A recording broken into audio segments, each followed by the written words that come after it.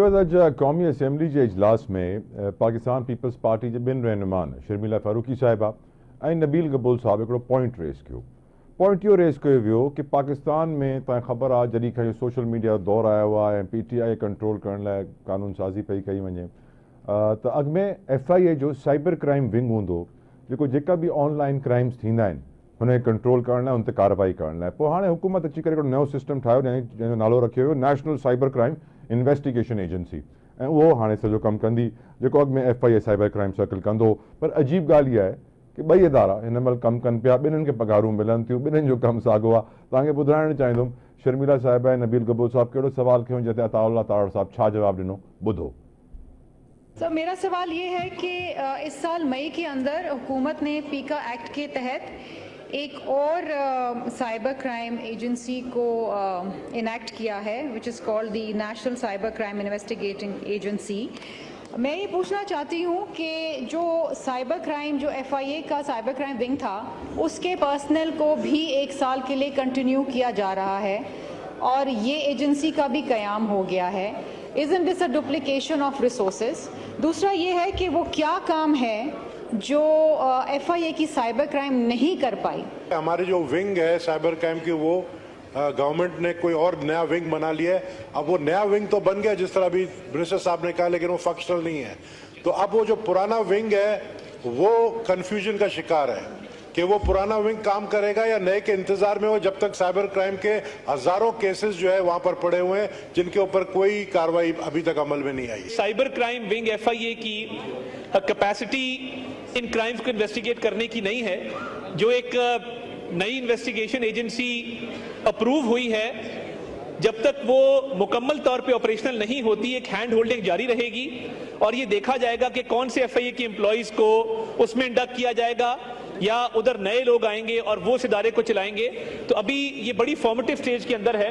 जैसे ही इसके बाकी प्रोसीजर्स कंप्लीट होंगे और ये फुली ऑपरेशनलाइज होगी तमाम स्टेक होल्डर से कंसल्टेशन के बाद, तो उसके बाद इस पे बेहतर कमेंट किया जा सकेगा कि इसको कैसे आगे लेके चलना। सर जी जो पेंडिंग केसेस हैं सर, पेंडिंग प्रोसिक्यूशन और पेंडिंग ट्रायल और pending investigation for that matter, उनको बंद नहीं किया जाएगा। वो लीगली वैलिड केसेस हैं, वो ट्रांसफर होंगे और जैसे ट्रांजिशन का मरहला शुरू होगा तो देखा जाएगा कि कौन से केसेस ट्रांसफर होने हैं और कौन से केसेस वहीं पे इन्वेस्टिगेट होंगे। तो रेस्ट अश्योर्ड कोई केस इस वजह से ड्रॉप नहीं होगा कि वो नई जो इन्वेस्टिगेटिंग एजेंसी है उसने अपना काम करना है। Thank U. वज़ीर इत्तलात अता तारड़ साहब हिकिड़ी ॻाल्हि असांखे सम्झाई त हिकु त FIA जो जेको साइबर क्राइम सर्कल आहे हुनमें ताक़त ई न आहे, कैपेसिटी न आहे कि साइबर क्राइम खे कंट्रोल करे सघे। ॿिए पासे चए थो कि जेको नओं इदारो आहे हुनखे टेक ओवर करण ताईं इहो ई इदारो हलंदो ऐं इहो ई इदारो कमु कंदो। त यकीनन सोचण जी ज़रूरत आहे। आउं बि मजबूर थी वियुमि सोचण ते कि अगरि हिन इदारे में ताक़त न हुई, न अहलियो, हिन में कैपेसिटी न हुई का बि साइबर क्राइम कंट्रोल करण में, त एतिरा साल इहो हलंदो रहियो, तव्हां कुझु कोन कयो।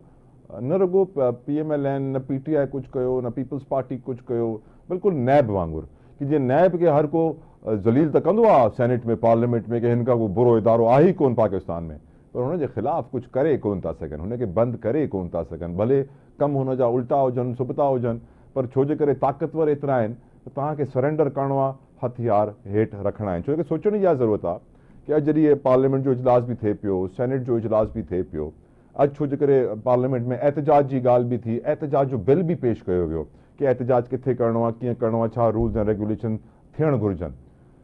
त जॾहिं अवामी नुमाइंदा जेके ऑपोज़िशन में वेठा आहिनि पार्लियामेंट में, उहो को सवाल पिया कनि या को तकरीर पिया कनि त हुनखे सरकारी टेलीविज़न पे न पियो ॾेखारियो वञे, लाइव ब्रॉडकास्ट हुनजो न पियो थिए। जीअं ई को वफ़ाक़ी वज़ीर पियो अचे त हुनजो लाइव ब्रॉडकास्ट शुरू पियो थिए। तो सोचण जी इहा ज़रूरत आहे जॾहिं अवामी नुमाइंदनि खे जेके असेंबली में वेठा आहिनि, वोट वठी, मैंडेट वठी पावर में आया आहिनि, उहे ॻाल्हाइनि था त टेलीविज़न ते बराह रास्त नशर कोन थो कयो वञे, हुननि जो सवाल डिलीट थो कयो वञे, उते लोगो थो अची वञे सरकारी TV जो, ऐं जीअं ई कोई वज़ीर अचे थो ॻाल्हाइण लाइ त हुनखे लाइव ब्रॉडकास्ट थो कयो वञे। त जेसि ताईं अवामी नुमाइंदनि खे आज़ादी न हूंदी, जेसि ताईं अवाम खे ख़बर कोन पवंदी कि जंहिंखे हुननि वोट ॾिनो आहे उहो असेंबली में वञी छा था ॻाल्हाइनि, तेस ताईं जमहूरियत कीअं स्ट्रॉन्ग थींदी, अवामी नुमाइंदा कीअं अवाम जी ख़िदमत कंदा, अवाम खे कीअं ख़बर पवंदी कि हे जेके पार्लियामेंट में वञी वेठा आहिनि असांजो वोट वठी करे असांजी कहिड़ी ख़िदमत करण जी कोशिशि कनि था। वज़ीर त कोन ठहिया, ऑपोज़िशन बेंचिस ते आहिनि, पर एटलीस्ट सरकारी टेलीविज़न खे, अताउल्ला तारड़ साहब खे, वज़ीर इत्तलात खे सोचणु घुरिजे कि अवामी नुमाइंदनि जी आवाज़ दॿाइण मतिलबु अवाम जी आवाज़ दॿाइण, अवाम जी आवाज़ दॿाइण मतिलबु अवाम खे हुनजे हक़ूक़ सां हक़ सां महरूम करणु। ऐं अगरि तव्हां अवाम खे हुनजे हक़ सां महरूम कंदव त पोइ इहो मुल्क अॻिते कोन वधंदो, जमहूरियत ताक़तवर इस्तेहकाम वरी कोन हूंदी, माशी हालात असांजी अहिड़ी रहंदी। त सोचण जी ज़रूरत आहे कि असां हिन महिल जेको सस्तो इख़्तियार कयो आहे, रवैयो इख़्तियार कयो आहे पार्लियामेंटेरियन सां, अवामी नुमाइंदनि सां, ऑपोज़िशन बेंचनि सां, इहो जमहूरियत जो हुस्न आहे। छो जो एहतजाज बि जमहूरियत जो हुस्न हो, हुनजी इजाज़त आहे कोन। अवामी ऑपोज़िशन नुमाइंदा जेके वेठा आहिनि ऑपोज़िशन बेंचिस ते, हुननि खे लाइव ब्रॉडकास्ट करण बि जमहूरियत जो हुस्न हो, उहो बि कोन थो थिए। त पोइ थिए छा पियो, वजह छा आहे? छा वजह आहे कि असां ॾिसूं था कि डाउन साइज़िंग ऐं राइट साइज़िंग जे नाले ते जेका मां तव्हांखे ॻाल्हि ॿुधाई कि हिकिड़ो FIA जो सर्कल बि हले थो क्राइम रोकण लाइ, साइबर क्राइम, ॿियो इदारो बि ठही वियो आहे, ॿिन्हिनि खे पघारूं वञनि थियूं। शर्मिला साहिबा, नबील कपूर साहब वैलिड पॉइंट रेज़ कयो कि जॾहिं मुल्क ग़रीब आहे, मुल्क खसारे में आहे, कर्ज़नि ते पघारूं वञनि थियूं, त पघारूं घटि कयो। तव्हां हाणे डाउन साइज़िंग राइट साइज़िंग जी ॻाल्हियूं पिया कयो। तव्हांजी कमेटी 3 कमेटियुनि मां कैसर बंगाली साहब इस्तीफ़ो ॾेई हलिया हुआ। हुननि चयो कि मां इहो कमु कंदोसीं कोन, छो जे करे हुननि चयो कि असां 37 डिपार्टमेंट्स बंदि करणु आयासीं। तव्हां रुगो हिकिड़ो डिपार्टमेंट था बंदि कयो, तव्हां रुगो 16 नंढी ग्रेड वारे अफ़सरनि खे डाउन साइज़ कयो था।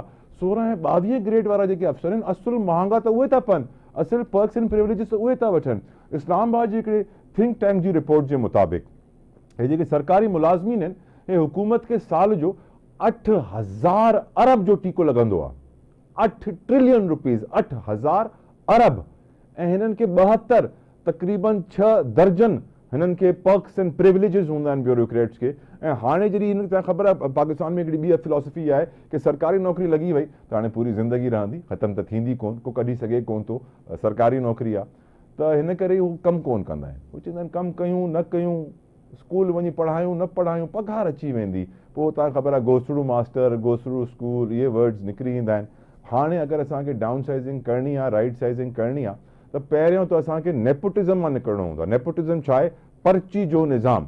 कि लेट से कि को अहिड़ो ब्यूरोक्रेट हुजे जंहिंजा कॉन्टेक्ट्स वॾा हुजनि, जंहिंजी माइट्री वॾी हुजे, जंहिंजी सियासतदाननि सां दोस्ती हुजे, जंहिंजी स्टैब्लिशमेंट में दोस्ती हुजे, ऐं हुनखे ख़बर पए कि हुनखे गोल्डन हैंडशेक थी ॾियण जी कोशिशि कई वञे ऐं हुनजी नौकिरी ख़तमु थी वेंदी, त हू तालुकात पंहिंजा विढ़ाईंदो, पर्ची लॻाराईंदो। हे पर्ची जे करे मेरिटोक्रॉसी न थींदी आहे, मेरिट ते कमु न थींदा आहिनि। अगरि मेरिट ते कमु न थींदा पोइ जेको डिज़र्विंग कैंडिडेट आहे, जेको हक़दार आहे, जेको पढ़ी आयो आहे, जेको महिनत करे इम्तिहान पास करे आयो आहे, जंहिं सही ट्रेनिंग वरिती आहे, जेको क़ाबिल आहे ब्यूरोक्रेट ठहण जो, हुनखे जाइ न मिलंदी आहे। इहा बि हक़ीक़त आहे कि जॾहिं ब्यूरोक्रेट ठहण लाइ अकेडमी वेंदा आहिनि त हिनखे अंग्रेज़नि वारा सिस्टम वारा रूल सेखारिया वेंदा आहिनि कि तव्हांखे कहिड़े चमचे सां सूप पीअणो आहे, कहिड़े चमचे सां चांवर खाइणा आहिनि, कहिड़े चमचे खे चांहि जे कोप में हलाइणो आहे। त यकीनन अॼु असां सोचण लाइ मजबूर आहियूं कि आख़िर इहे ब्यूरोक्रेसी जंहिंखे सियासतदान बाबू कोठींदा आहिनि, हे किथे हलिया पिया वञनि ऐं हिननि खे केरु सही राह ते वठी ईंदो। मां कोशिशि कंदुमि हिकिड़ी ब्रेक था वठूं, ब्रेक खां पोइ कोशिशि कंदासीं कैसर बंगाली साहब खे लाइन ते वठूं ऐं हुननि खां पुछूं कि आख़िर हू कहिड़ी जानिबदारी हुई, उहा कहिड़ी पर्ची हुई, उहो कहिड़ी शइ हुननि ॾिठी कि हुननि 3 हुकूमती कमेटियुनि खां इस्तीफ़ो ॾेई छॾियो ऐं हुननि जी नज़र में न निचकारी थींदी, न राइट साइज़िंग थींदी, न डाउन साइज़िंग थींदी। हा, IMF जे चवण ते बिजली जा बिल मथे थींदा, आवाम जे लाइ ज़िंदगी